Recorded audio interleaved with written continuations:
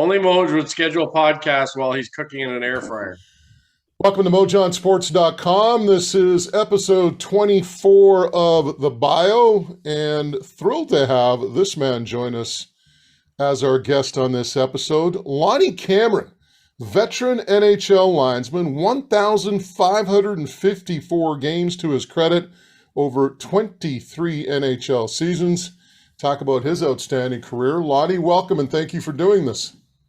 Pleasure, Moj. Always a friend of the show, whether it was you and Taylor or now you're running yourself ragged on the podcast. But yeah, pleasure, man. Yeah, we're both kind of retired now, semi-retired.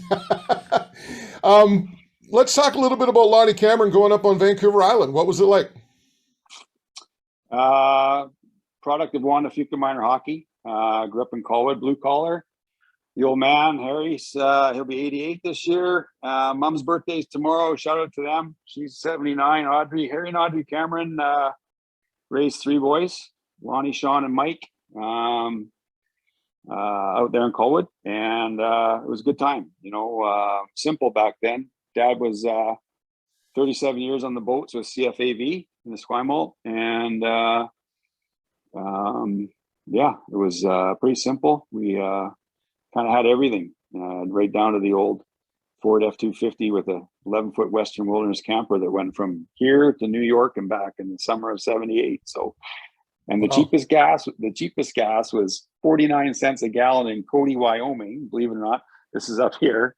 And my dad, the funny was, is my dad got to Quebec, and it was like he pumps both tanks full and got the bill. It was like $250, and he fell over and he didn't realize that the liters, and it was like ×2 back there. So it was that was a kick of a trip, that one. So, but no, it was simple back then, man. It was a great area to grow up. Victoria's a great little city. I love Victoria. I'm here in Langley now, but growing up there for the first 30 plus years was super special. And that's home for sure. I mean, Lower Mainland is it for everything, but the island is where it's at for me for sure. How'd you get involved in sports? How to get involved with sports? TV, I guess. 6, 7 years old, and fell in love with a guy with a mask and wore number 29 for the Montreal Canadiens, and Ken Dryden that winter on TV. I'm like, I was obviously I started hockey in about 71, 72, and like anybody, I was a player. And my first Pee Wee Pop house, played 3 or 4 games, and somebody poked their head in the dressing room door and said, "Hey, anybody want to play goal today?" type thing or whatever. And that was it. I put the pads on for from the time that day was till the time I finished walking off the ice in junior at 20 years old, and probably can attest to some of the dings in the head, and had a bad 5-hole back there, Moj. So didn't get anything scholarship wise back in the day, but it was Montreal the way for me back in the day. And my dad wasn't a big sports guy, but you know what? He gave us 3 boys a lot of opportunity, and but I fell in love with the Canadians, with Guy, and like just tragic. I mean, everything comes to an end, and just goes to show you 2 packs a day isn't the way to go. And that was Guy, but it was hockey in the winter, and I was baseball guy in the summer, no lacrosse. So we're similar vintage, 82 grads. We talked about that. Yeah. Born in 64, but I grew up a Canucks fan, and as you remember back then, the Canucks didn't beat the Canadians for like 9 years. They beat them once in a playoff game in 75, but they didn't beat them in the regular season for like 8 or 9 years. My dad was a Habs fan, huge Habs fan. I was a Canuck fan. We had to watch games. We had to watch the games in different rooms. Like we couldn't be in the same room. Well, I mean, hey, for us kids, it was Roger Doucette, and it was I can't think of the guy's name, but the public address announcer for the Claude Mouton. Well, that's Claude Mouton was the Habs, right? Yeah. But the PA guy, and Roger Doucette was the anthem. He was the anthem singer. But the PA guy for the Toronto Maple Leafs, and the way he, Toronto goal scored by number 9, Norm Allman. That's just the number 24, Dave Keon, and number 14, Daryl Sittler. You know, that 27, Daryl Sittler. That whole, and I'll tell you that, I'll fast forward real quick. I know because of the story, but my first time in Maple Leaf Gardens was game number 2 of my first season. And they jetted me out there to Toronto to work Leafs, Oilers. And I stepped on, it was the only time I ever worked in Maple Leaf Gardens before the ACC came up, 1996. And there was the voice. And I my God, I grew up with this guy's voice, and he's announcing my name and all that. And please rise for O Canada. Like, that was crazy. But yeah, back it up. Sports in BC, sports in Victoria was, you know, hockey at Wanafika Minor Hockey until I was Bantam rep. I played rep. And 16 years old, I went through went to the mighty Racket Club Kings back then. They kind of cherry picked a bunch of good players to try and compete with the Burnaby Winter Clubs and the North Shores and all that. And we hit the ground running and ran into a guy named it escapes me. He's coaching Carolina right now. Rod Brindamore. Rod Brindamore, and up there in Powell River and all that. So Brindy and his team took us out. But yeah, and then baseball was Triangle Little League, you know, until I was about 16, pony and all that. But yeah, I'd have to say how I got into sports was I wanted to play hockey, and I fell in love with a great hockey team and the Montreal Canadiens, and I idolized Ken Dryden and those guys, and it was a cool time. Yeah. Paul Morris is who you're thinking of in Toronto, the PA. Paul, I knew it was a Paul, but I couldn't remember it. Yeah, for sure. So, now, obviously, at some point you realize that you're not going to be the next Ken Dryden, and you get into officiating. What was that transformation like? How did that all occur? Well, I mean, I wasn't going to be Kenny Dryden, and growing up in Victoria back then, you want to try out for the Cougars, you got to try and beat a guy named Grant Fuhr. Wasn't happening either on that one either, too. So, once the playing career ended, I had 2.5 great seasons in the SAS Junior League, playing for the old Estevan Bruins, and that was a great time, and hockey's just been a great vehicle for everything. I was, you know, trying to make it, you know, Dad was like, hey, use it for an education, get a vehicle for education and that type of stuff. And it was, you know, it never came to fruition, but I came home a summer, spring of '85, and I'm like, you know what? I want to stay in the game. So either going to ref or you're going to coach. So I had officiated Moj as a 12, 13, 14, 15-year-old, and I had to shut it down to focus on trying to make it as a player. And I really enjoyed it, and I thought I did a pretty good job. So I came back, and actually my youngest, I'm the oldest of 3 boys. Sean is 2 years younger, and Mikey is 4 years younger. And so Mike was 16 at the time. He was playing midget, and they needed an assistant coach and stuff like that. And I helped behind the bench, and I love being out on the other side of the wall and like being out there and being on the ice. So I finished off that, and in '86 I kind of phoned around town in Victoria, and I needed here I am 21, 22, and there's a guy named Harry Addison on the island, and he was running the junior B league. It was called the Alliance back then. And I phoned him up. I'm like, hey, Harry, I go, I'm 22. Do I need to start as a level 1 again? And he's like, no, you start as a level 2. Come back as level 2. So I wrote the level 2, blah, blah, blah. And kind of started it. And it was doing midget and kind of kicking around town. And, you know, you always want to, as I tell the kids, you want to try and work the best league available at any level, at wherever you're at. And I wanted to get better. And there was back then in '87, there was a camp, Western Hockey League School of Officiating. And so I paid my $400 and I drove out to Calgary, and Kerry Fraser and Randy Mitten and Wayne Forsey were the pro instructors. Dan Marawelli, they were kind of running it, and I went there, and I was strictly there. I wasn't there like, oh wow, idolizing NHL guys. I was like, I was trying to actually use it as a school and pick up tips, and lo and behold, timing is everything. And I was in the right place at the right time. And the NHL, or the Western League, this was the summer of '87. The Western League was looking for some new blood, a couple new linesmen in Victoria. They had some spots, and so basically, I really didn't know it. A little bit naive, but I was kind of auditioning for a slot in the Western League. And Rick Dirksen, who was referee in chief at the time, now he's VP of the league, but he was kind of approached me and said, "Hey, we're going to give you a couple exhibition games." There's a fellow a great ex-referee mentor by the name of Al Paradise from the Lower Mainland. He came over, and they liked what they saw, and so kind of the fuse kind of got lit that summer of '87, and I was skating the Western Hockey League. I went from essentially working. I hadn't worked any junior B. I was kind of like right out of.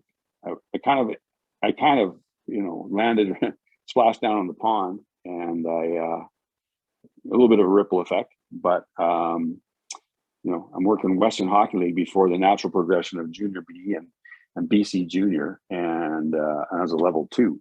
And most guys, they were my age. They had been aspiring and kept the officiating and the level system. They're at least level 4s or level 5s, and the system goes to level 6, which is you're doing the international games. And so I kind of landed in from outer space, and the career kind of took off from there, and was on the roster. And a couple of years in, locally in Victoria, you're just doing your shagging local. But then 1990 season, I'm jumping in the cars, and that was the best. The actual best time Moj was jumping in the cars with the guys, and you're Seattle on a Thursday or a Friday, Portland on a Saturday, and Spokane on Sunday, and you're coming back. And for me, it's dropping the referee off at 4 o'clock in the morning, and then lining up at the ferry terminal in Tawasin. And my curvature of my back is fixated to the Recaro bucket seats of the old IROC, and I got some comfy sleeps for about 2 hours before the horn started blasting that the 7 a.m. was about to load and get out of there. So that's kind of how it went. I wanted to stay in the game. Officiating, I enjoyed it, and I excelled at it, and I was fortunate too. I had some breaks, timing, a lot to do with that along the way. So I always tell that to the kids. I was patient and persistent forever and a day, because back in the day, the NHL brain trust was, hey man, if you're not 27 years old and hired, then you might as well just kiss the career goodbye, have plan B in your hip pocket, and away you go. And when I was 27, I was working the final of that year was 92 when I was 27, and I thought everything was lining up. I'm working the final of the Memorial Cup in Seattle, and tape to tape from Niedermeyer to Zach Boyer. She's in the net with 34 seconds left to beat Teddy Noel and Sioux Greyhounds, Chris Simon and the boys. And I didn't get hired. And so I'm like, okay, so back and reload. But I had to reload about 4 years. And then fortunate enough, 4 years of that, 9 years total in the Western Hockey League. And I got hired in 1996. So it was fortunate. Yeah. More with Lonnie Cameron after these short messages. Lonnie, you talked about your entry into the Western Hockey League, and you said you just kind of you went to this camp and you were just trying to improve yourself. The next thing you know, you're in the Western Hockey League. It doesn't sound like when you got into the league that the NHL was a goal. When did the NHL become a goal for you? Yeah, no, that's a good point. I probably about 2 years in, I'm like, 87, I'm skating it.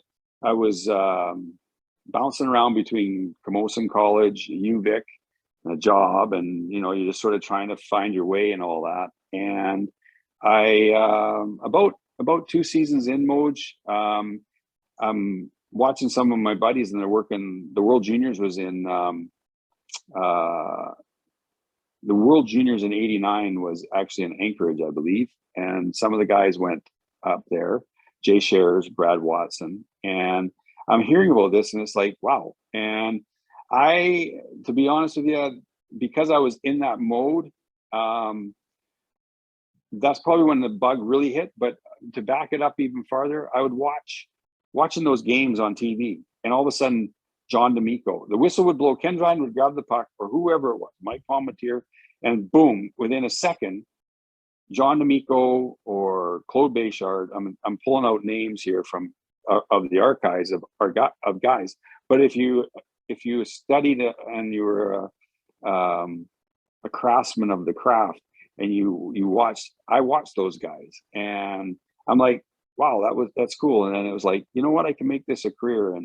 And so I would say it was probably about 88, 89 when that really kind of caught fire, and things started kind of progressing and going in the right direction. So but it was 2 years in before I kind of like, I'm going to take this as to pro, and try and make a run at it. I'm surprised you didn't have a Pavlich reference in there as well with the D'Amico one. Oh yeah, for sure. But no, I'm Matty Pavlich, and Claude Béchard, and the list goes on. Bob Hodges. I can tell you a funny story here. The cup in 2018. It's my next to last season, and 2000, yeah. And we're on our training camps in Buffalo, and right across the street from the Harbor Center Marriott, where they do their now, the NHL does their combines and all that. We were having a dinner on the back end of a retired mothballed guided missile cruiser, and they had hired 8 new candidates, 8 guys of various degrees. But the new wave of the NHL is they want to try and get more players involved in the game, ex-players. They fast track them. They don't want them like OG gangster officials of my generation started when we were 12, and we refereed and we officiated, and we just worked our way up.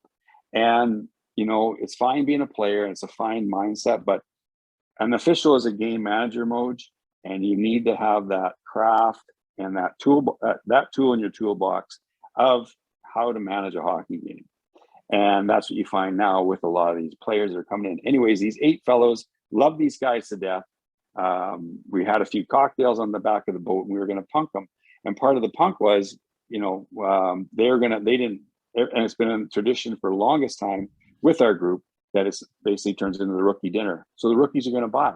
So we're prepping them. We're about 4 days in, and they know it's been lit airtight forever and a day since it started. And these guys it's been a blast. So these 8 guys are like fumbling around for their credit card because the bill's $39,000, and they're gonna split it.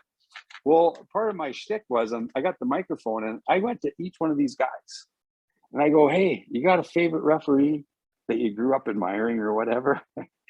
And one of them said Francis Sharon, who's current guy on our staff or on the staff. No one said Stephen Wackham, who's the boss, and no one. Billy McCreary is on the back end of the boat there, a Hall of Fame referee for their generation, and no one ever said Billy. So the thing is that to me, if it's in your blood, it's in your blood, and you're a student of the job. And it's just it's a funny little story that how that went. And lo and behold, to get back to the credit card, I said, "Okay, guys, you want to roll the dice?" And they go, "Yeah, sure." I go, "You guys want to go 8 ways, or do you want to go we'll put it in the pot, and we'll cut it down 50-50.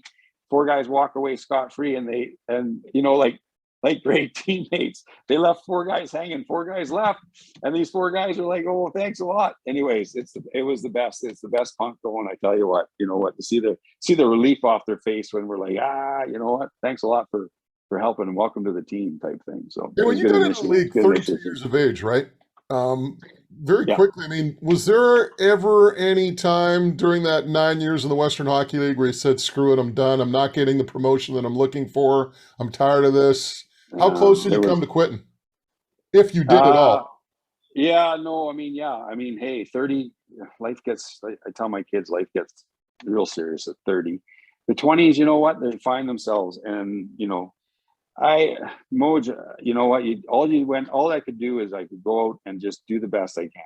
And I built a resume over the time of my officiating career, which is pretty yoked when you look at it from, you know, international assignments. I did in '91. I did a C or a D pool tournament in Jilin, China. But I'm 27 or 26, and I never, on my wildest dreams, ever think that I'm going to China to do midget age hockey players. But you know what? That was a great experience. 92 Memorial Cup, and I'm in the Western League. 92 Memorial Cup, I worked the finals. 94, I went to Lillehammer and I worked the Olympics. 95, I come back. It cycles around 3 years for the cup. I'm in Kamloops. I do that one, and I'm getting passed over. And I'm like, come on, guys, like what gives here? And then, you know, I understand there's, you know, they got to check some boxes. They need a Quebec-based guy. They need American-based guys. They need West, you know, at some point. And it wasn't working out. But like I said earlier, I was always that guy that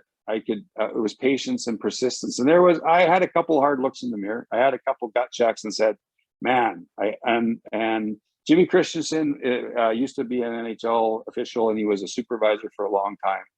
And Jimmy took me aside and he was like, Lonnie, he goes, I don't know what they're doing with my lists, but for the last umpteen years, you've been on the top of my list and you keep getting passed over. I go, well, Jimmy, that's great, but it's not getting me hired. But I go, you know what? He goes, he said, just don't quit. And that was the summer of '94. I just come back from Lillehammer, and they hired a bunch of guys, and none of them, no name was mine.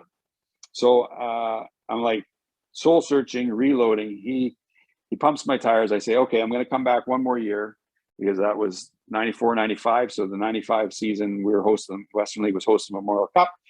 I'll shoot for the cup again. No guarantees, but you know, I'll shoot for the cup. Hey, lucky enough to make the roster, lucky enough again to get assigned to the final game. Walk off that dance floor and it's like nothing. NHL didn't hire a soul that year. And I'm like, oh my gosh. So one more season. I can do it for one more season. I'm full-fledged now. I'm up to my knees deep in with Canadian Tire, middle management. My best man and my wedding, best buddy in life, Ross Chow, is the GM of the store, and he allowed me to be an assistant it afforded me some flexibility. So Moj, my last year in the dub, I was actually skating. I skated like 15 regular season games because I was only getting away twice a month, maybe at best.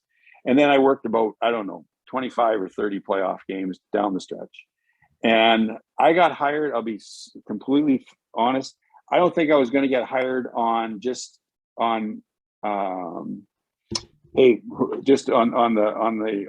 chance of like who you got, like Brian Lewis was the boss.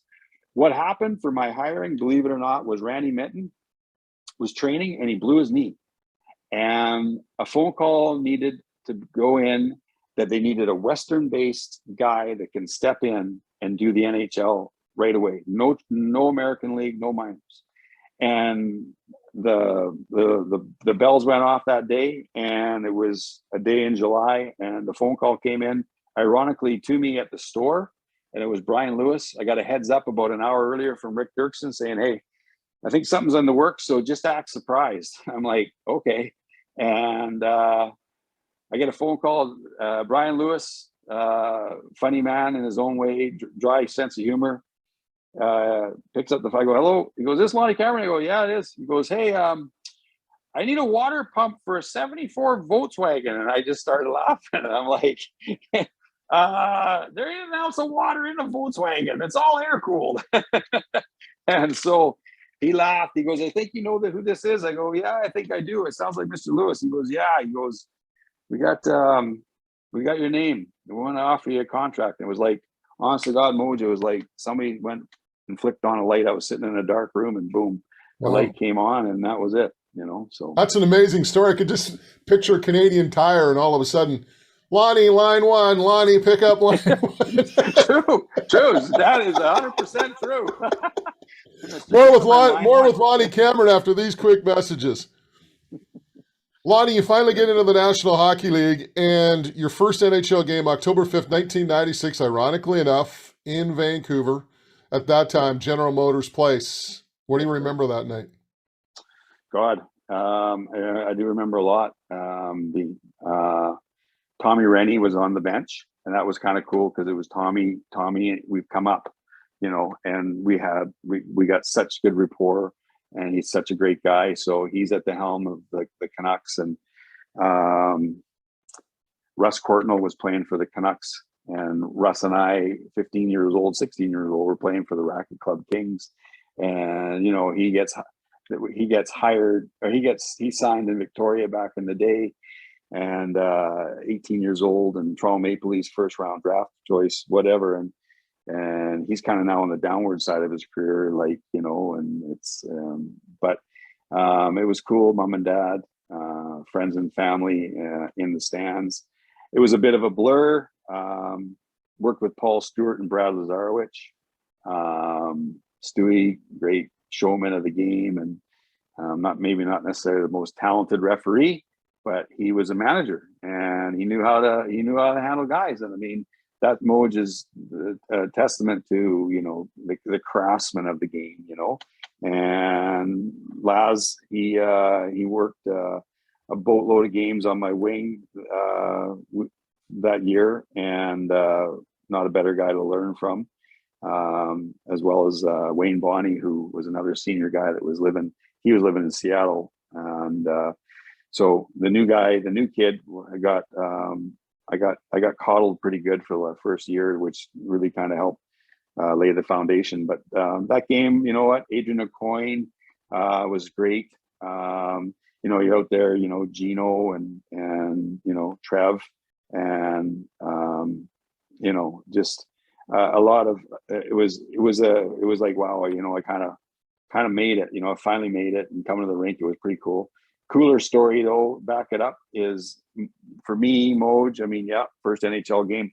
Really, really cool story was that 95-96 season that I got hired. My very last game in the Western was the Western final, and Spokane, and I think Spokane Brandon, and Babcock was coaching, and with Perry Shockey and McCrimmon's boys from Brandon, and we walked off the ice and put a bow on that season. Boom, and lo and behold, that was May, August, September-ish. First exhibition game ever putting on an NHL shield on a crest. I walked back into Spokane, into the rink in Spoke, and Vancouver was playing San Jose in an exhibition game. And the coolest thing for me was because you have so many allegiances with a lot of those. It's all family in the Western League. The play-by-play guys, the Spoke, everybody was there.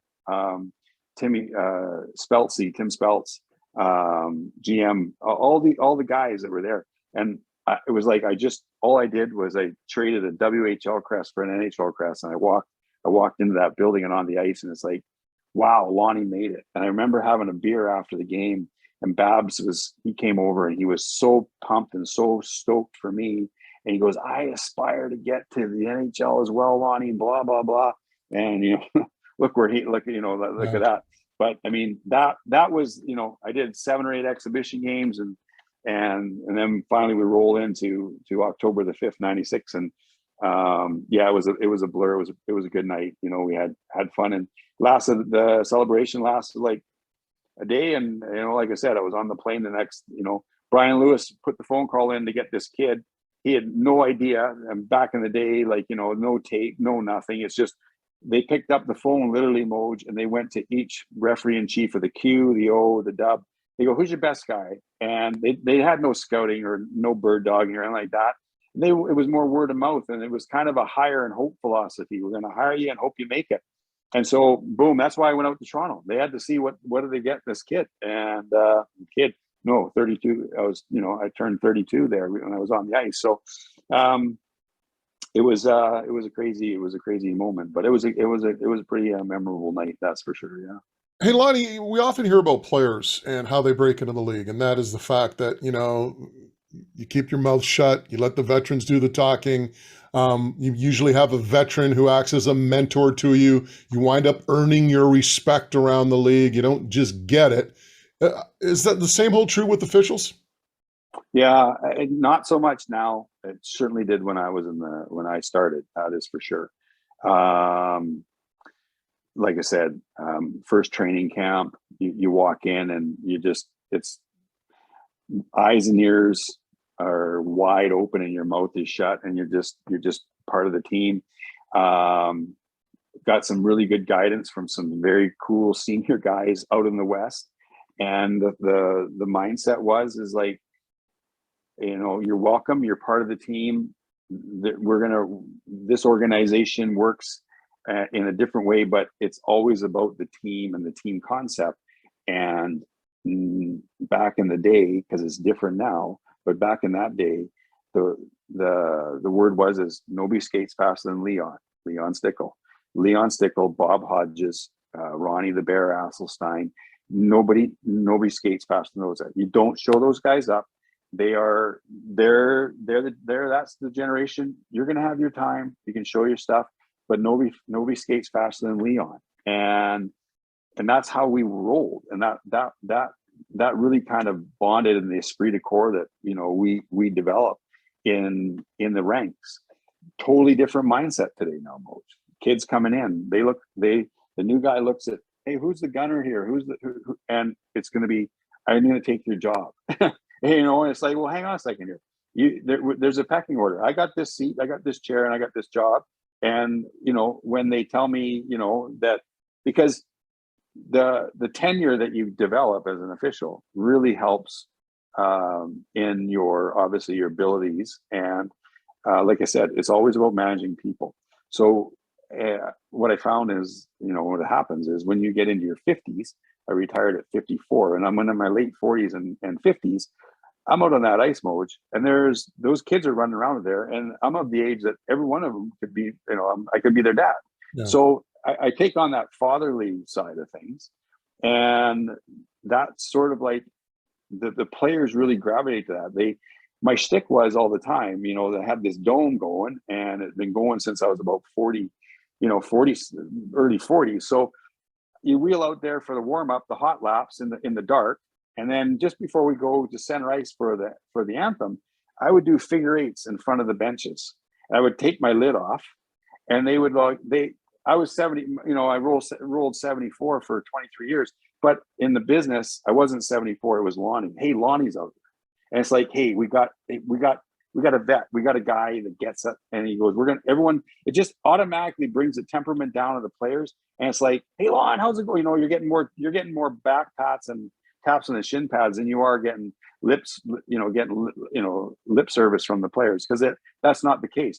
And so that's where that tenure and the players now, the officials now, they want to get to the top like tomorrow. And it's like, well, hang on, you know what? You got to build rapport, because that's what's going to get you through all the tough stuff. When you go nose to nose with Eisenman and Sakic and all those guys when you're in your prime, it's not a bitch. You're not getting bitched out. You're going to have a discussion. It might get heated, but it's going to be Lonnie and Steven and Lonnie and Joe. And, Joe Thornton, the list goes on of the guys I worked, but it was always Lonnie and the guys. When the kids coming up, they have no tenure, and they have zero rapport. That really kind of starts to hinder them in their career. So, that's the difference between the generation now, which is the instant generation and a bit of an entitlement, to when we came through. We never skated faster than Leon. Was there anyone that you had a difficult relationship with at the start, whether it be a player or coach, and might have got nasty, heated, whatever, but given time in the league, it swung the other way as they got to know Lonnie? Yeah, for sure. You know what? It's funny because, hey, you're the new guy, and it's like you're the piece of meat. You're the piece of meat that just got thrown in the shark tank, and they sniff you out, and they're going to test you. And a couple times, well, he's a good buddy now, but Mark Crawford, the old Crow, he discovered pretty fast that you can't push LC around, and all you have to do with Crow is you got to bark back and say, "I will throw you out if you say that one more time." And all of a sudden, the Crow stops. And being in Vancouver and working in front of him, we developed this rapport. And hey, man, he's as solid as they come. He's an intense guy. Bob Hartley, he was very tough at the beginning, and it took nearly a walk of shame. You threaten the guy to walk. You get the guys in the building. You wait for them. You lay in the weeds. You wait for them. And then there's a few buildings in the league where you got to walk across the ice if you get tossed. You wait for them, and I go, you want to take the walk of shame? You got two choices. you either conform or you don't. It's either gonna. If I have to hit my whistle, you ain't gonna like the results here. So from the standpoint of the coaching staff, Pat Quinn, you know what? He being GM here those first years, he was really tough and intimidating. But you know what? He just had a way about him on the ice. I did 3 years with Gretzky. Gretzky retired in '99, and he was hard. You know what? And I think that's just I was skating games, and you always see him on the highlights. He's just barking, and I think when you see the game like Wayne did, it just like you're not going to win because he's at that different level. And this story extrapolates to now he's behind the bench with Phoenix. They're trying to figure out how to get him off the books, but so we'll put him as the coach and stuff. And I'm wheeling around one night, and I step out on the ice, and Shane Doan is he's captain. And he just ain't the big deal. I'm like, "Hey Shane, congratulations." He goes, "Yeah, don't know if it's the right." I go, "Oh, nah, it'll work out. Don't worry." I go, "Hey," "Are you Mike?" And he goes, "No, are you Mike?" I go, "No." I go, "Got a question for you." He goes, "What's that?" I go, "How's the big guy behind the bench?" And he took a look around. He goes, "He's the best hockey player to ever play the game." And so there you go. Like, so to get it back, Wayne was difficult, to deal with. And there's a few Steve Eiserman. They you know what? I think it's because they saw the game so differently, and they were at a different level, sort of at some point, and they get frustrated. But for sure, the Crow was on a lot of officials' hit lists. Like it just and for whatever reason, I just took the bull by the cojones, and I turned around and I threatened my first instance, "I will throw you out." And that's all it took. But he would ride refs, Moj, that wouldn't. I'm just like, I go, just bang them, like throw them out, like run them. And they're figuring, there's gonna be a phone call at the end of the day, and they just let it sit. And he ran roughshod over those guys so many times, it was like crazy. So yeah.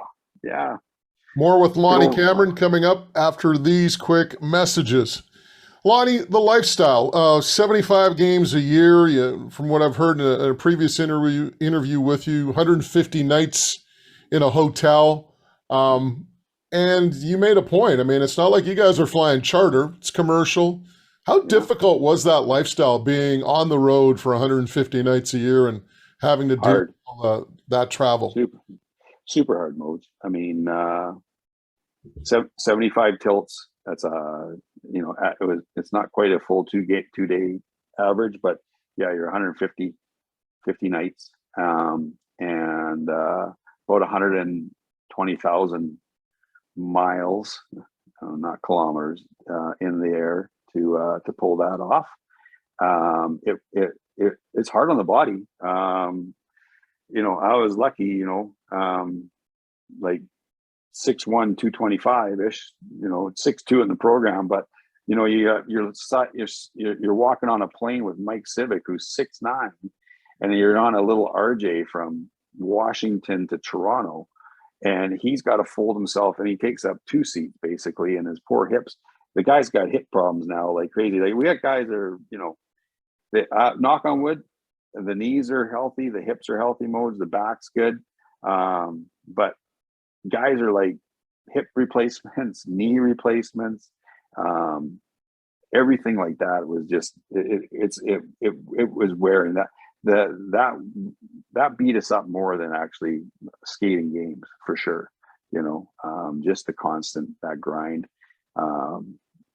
late nights, up early, that type of stuff just kept wearing. It was a lot hard, for sure. Lonnie, one of the things too is the fact that you were known as an Iron Man. You never missed a game. I understand that you took a shot one time, you got split open, your helmet got busted up. But getting back to that, did you ever come close to missing a game because of a bad connection or weather or anything like that? No, not just by luck, fluky. There was, there was a few times when, you're always like, everyone's, you're kind of your own boss on the road, and you're looking at the weather all the time, because obviously you're working the worst weather in North America, the worst season, and there's always issues. And so, there's stuff you got to do, which I know that the paying public has no idea, what goes on. They just sit in the chair, and the lights come on at 7:08, and boom, there goes 4 guys out on the ice, and it's like, we got a game tonight. And meanwhile, they don't realize that I'm in a truck. I worked the previous night. I leave the rink in Winnipeg, and because I got to beat a snowstorm, I drive Winnipeg to Minneapolis. Arrive at like 4:30 in the morning, and 5 o'clock, and sure shooting, they called it. They called it right on. Flights canceled. I woke up. There's about 2 feet of snow out on the ground, and made it in. But that type of stuff never really kind of came close to anything that way. Maybe once had the bags didn't make the trip. So there's always an extra set of gear and stuff. You're borrowing some skates and that, but really fortunate that way, for sure, Moj. It's interesting because you talk about the game when you first came in and how it's changed to now. And we had Gino Ojic on our podcast recently, and I remember a story with Gino. Was at Rogers Arena, or that time GM Place. Morning skate, you walk into the room, and a little different back then. You could almost walk in as the players were coming in. Totally. And Gino's sitting at his stall. He's taken off his top. He's still got his shoulder pads on. He's got his pants on, his skates. And he and Donald Brashear are sitting there looking at, the lineup card, like you have that sheet with the lineups and, the stats. And they're talking in French. And I said to Gino, I said, what are you guys talking about? He goes, we're trying to figure out who we got to fight tonight. Because it was a different era, right? I mean, you had enforcers on each team. I imagine as linesmen, did you go through that same protocol in the morning? You're looking at the teams and going, we might have Domi and Probert go at it tonight. And you knew that there would be some blood from a previous game as well. Yeah, 100%. You sit at lunch, and we as officials, lunch is kind of when everybody kind of gets together, and you are kind of going over the matchups tonight, and who's going to be, and back in the day, for sure, who's the nuclear deterrence on both teams, because that's all it was. Everyone was loading up back then. Teams were putting 3 or 4 guys out there, not just one taking up a bench spot, but it was like there was 3 legit heavyweights that were dressed every night to do exactly that, just fight, and so that in itself, we would sit there and we would, you're gonna, who's tonight, who's our matchups tonight, and who's going to be those guys, and and it was, when you got teams that didn't have those big guys, they were intimidated. It was a different era. I mean, us guys as officials, we we had to be as big as those guys. We're working out. I mean, and we had some guys that were just yoked back in the day, and because that was what we had to do. I mean, those guys aren't fighting like they're fighting today. It's a little bit different. They were fighting, and it was mean, and it was punishing. And Donald Brashear, he was, he hit George the Rock hit. They hit to like punish, and Gino and Proby and all those guys, and they're old war horses, Kelly Chase, Tony Twist, the list is long. They served a purpose, and it was to intimidate, and it was well done by some teams for sure. Was there anyone in particular that you always kind of had a hard time with or a difficult time with? Not too, like, those guys. The cool thing is that there was a respect. There was, although Matty Johnson, I was working in LA. I worked the LA game with Matty Johnson, sucker punch Jeff Bukaboom, and ended Bukaboom's career that game down in LA. And that was a bit of a black mark. And I was working when Bert did his business there with Steve Moore there in Vancouver. I was working that game, so I was right there at ground zero when he's leaking. And but that's a different bit of a different story. But the guys, no one really, we had a harder time with the middleweights because they don't necessarily always fight. Matty Cook, love Matty Cook, but Matty Cook was a bit of a buzzsaw. Scotty on the bench now with the Canucks. His last name escapes me here, but Scott Walker. Yeah, Scotty Walker, good guy, scrapper, and but what they had, it was just like they just get going and they don't want to stop. But I think that for the most part they had the code still going, but it was just, there was some meanness to some of that stuff that they just kind of kept it going. And we listen. I mean, the fans loved it. I mean, yeah. Gary Bettman, boo boo, that type of stuff. But hey, Gary, no one sits down and covers their eyes when there's a good tilt, and I'm standing 3 feet away from it, arm's length, and it's like it's entertaining. Hey, MMA is top of the charts now, Moj, for a reason, right? And this is that part of it, for sure. Yeah, 5-1 game in the third period. It's not like now half the people would be going home. 5-1 game back in the day, you're like, okay, we're going to see some action here because the game's been decided. Now some teams are going to send a message. Hey, 100%. Lonnie, as a player, you go into the room, you know that you've won or you've lost.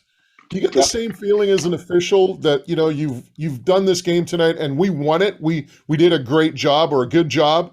Or you get into that room sometimes and you say, it was a bad night. We lost this one tonight. For sure. Officials are going to be, we're our own worst critics.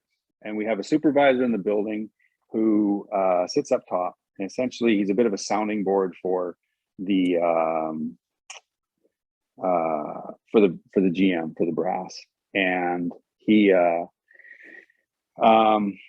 but he would come down and, there would be a bit of a critique of our work. Well, you don't have to tell me after X amount of games in the league, if I'm waving something off at the blue line and it's looking a little bit sketchy, I'm like, oh boy, don't go in, because you just, I don't need him. And then, the puck goes out and it's like, whew, okay, we got off on that one. No problem. But it's like, he'll come down. He's like, hey, Lonnie, at 13 minutes and 40 seconds a second, but you may want to check that line call, because this is about, now we're fast forward. We're in the days of like, we got iPads and the technology and all this other stuff. And just because back when I first started, you're watching your game, maybe highlights at the pub, you're not seeing it. But nowadays the coaching and whatnot is so so prevalent, and it's such a great tool. But we as officials are the most hardest on ourselves, and we know when we let the game get away on us, and and it's not very often does that happen, but it does. And at the same time, I'd like to say about a 98-99% clip, we kind of go out there and nail it. We give the game, the good referees give the game exactly what the game needs. I like to use the analogy that, if the game is a pot of boiling water, a good referee could get that lid just start dancing on the top, but nothing going, no boiling over, no nothing, and we go away, happy. So, but you know what? There's moments, and that we think we come up short, but nobody knows it. Nobody thinks of it better or more hard on themselves as the game crew that night, for sure. You started in Vancouver, you ended in Vancouver. San Jose versus the Canucks, April 3rd, 2019. The difference this time around is that you had two sons that were watching that game, Braden and Logan. What do you remember of that night? What emotions do you remember that night? Well, it was super special because, you're going off that night. There's a big buildup. We all, as the senior guys, start whittling out the league. They have a bit of a succession planning detail going now. So it's not hard and fast. You're cut, because it is a team, and the player, a player has that ability now to just he can retire, but he's always going to try. Back in the day, the policy was, if the NHL could let you go with a registered letter by July the 15th. And why that's so prominent in my head, because that's my birthday, and I'm like, Jesus, I'm going to get cut. I'll get my birthday gift one day, and they say, hey, Lon, you're not coming back. But now this time they came to me in 2016 and said, hey, we're looking at moving you along, and what are you thinking? I go, well, I want 4 more years. And they go, we're thinking 2. And we agreed upon 3 plus an option year. The option year would have been obviously the year after I retired, but they never gave it to me. So that's okay. So it got me to plan and to think about a lot of stuff, and moving along to that day, it was special. I mean, had friends and family and my boys in the stands, and my oldest guy, Braden, is he'll be 22 in September, and he's trying to fill the old man's boots. He's skating some BC Junior and Junior B, and he wears his heart on his sleeve like I do, and it was pretty emotional. And Logan is he's 20, and he's doing the salad. He's doing the salads and the desserts, the Langley keg right now, Moj, if you ever want to pop in there and whatnot. But yeah, no, it was special because when you do a career for their whole life, that's all they know. That Dad packed up his bags and he hit the road, and he was on TV. It was a cool job, and it was a job. You know what? It was a cool job, something I aspired. It was my dream job. You do it as long as I did to, and try and make it. It was very special, 23 seasons for sure. And I got a nice farewell. The Canucks did me up well. I was with the Sharks were there, so it was a great team. Joe Thornton's a good buddy. Bunch of the Sharks, Brent on the back end, and boy, Joe, you just start thinking of the names, and like Bernsey and Joe Pavelski and Thornton and all those guys, and they're such a more mature team. So I got something special that I know that a lot of guys do, and this comes back to the rapport and the respect, is that both teams let me come in and say a few words before the game in their locker room. So it was pretty cool.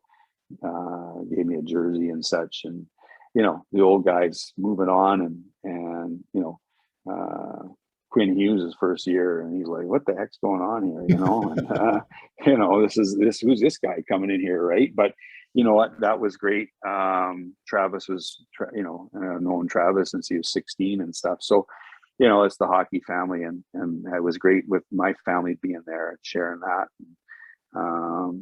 Put a good exclamation mark on it and walked off the ice, and it was a special night. Last one. And this has been great. Usually these things last about 30 to 35, 40 minutes. I think I've got you on for coming close to an hour. 23 years, you're Lonnie Cameron, NHL linesman. Now you're Lonnie Cameron, like blank. I mean, you're still a young guy. You're actually, I did the math. If you're born July 15th, I'm born August 16th. So technically you're older than me by 2 months. So, because we're both 64. So you're an older guy, so I could understand if you retire, but is it just strictly retirement now, or you got something else cooking? No, we as the NHL, what we have is fortunate to work for the company, and Gary, Mr. Bettman, gave me a call like 2 days after I was done, and I see this Hoboken, New Jersey come up on my phone, and I'm like, who? I answered the phone, and it's like, "Oh, Lonnie, it's Gary Bettman." I'm like, "Hey, Mr. Bettman. Mr. Bettman has come in 23 times, Moj, to the NHL officials camp for 1 day, pops in, tells us we're the best officials in the world, and leaves." And I've sat in that room, and we've not said too many words together. It was super nice conversation.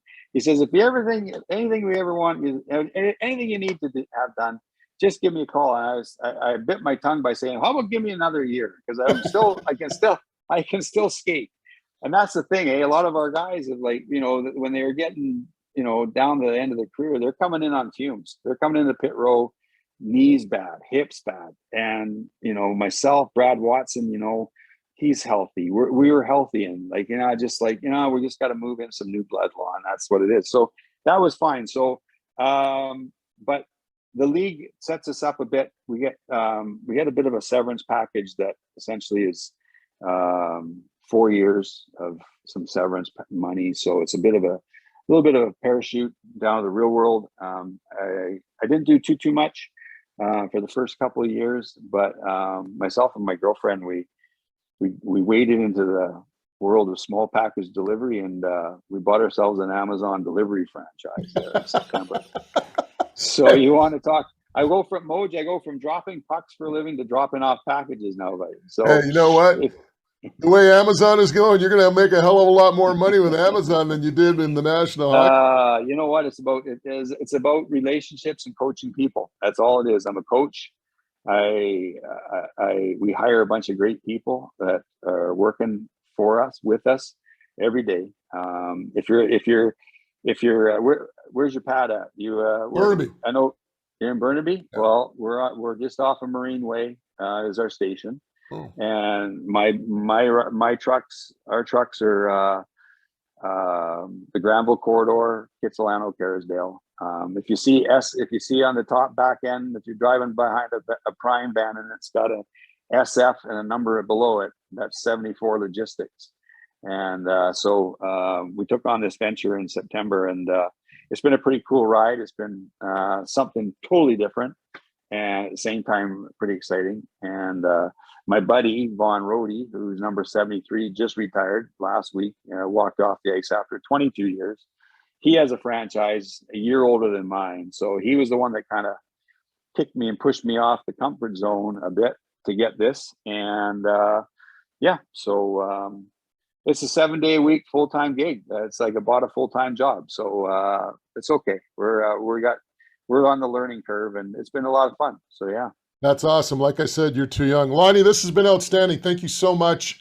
It's been great talking to you, and what a great journey you've had. And thank you for sharing it with us. My pleasure, Moj. Anytime.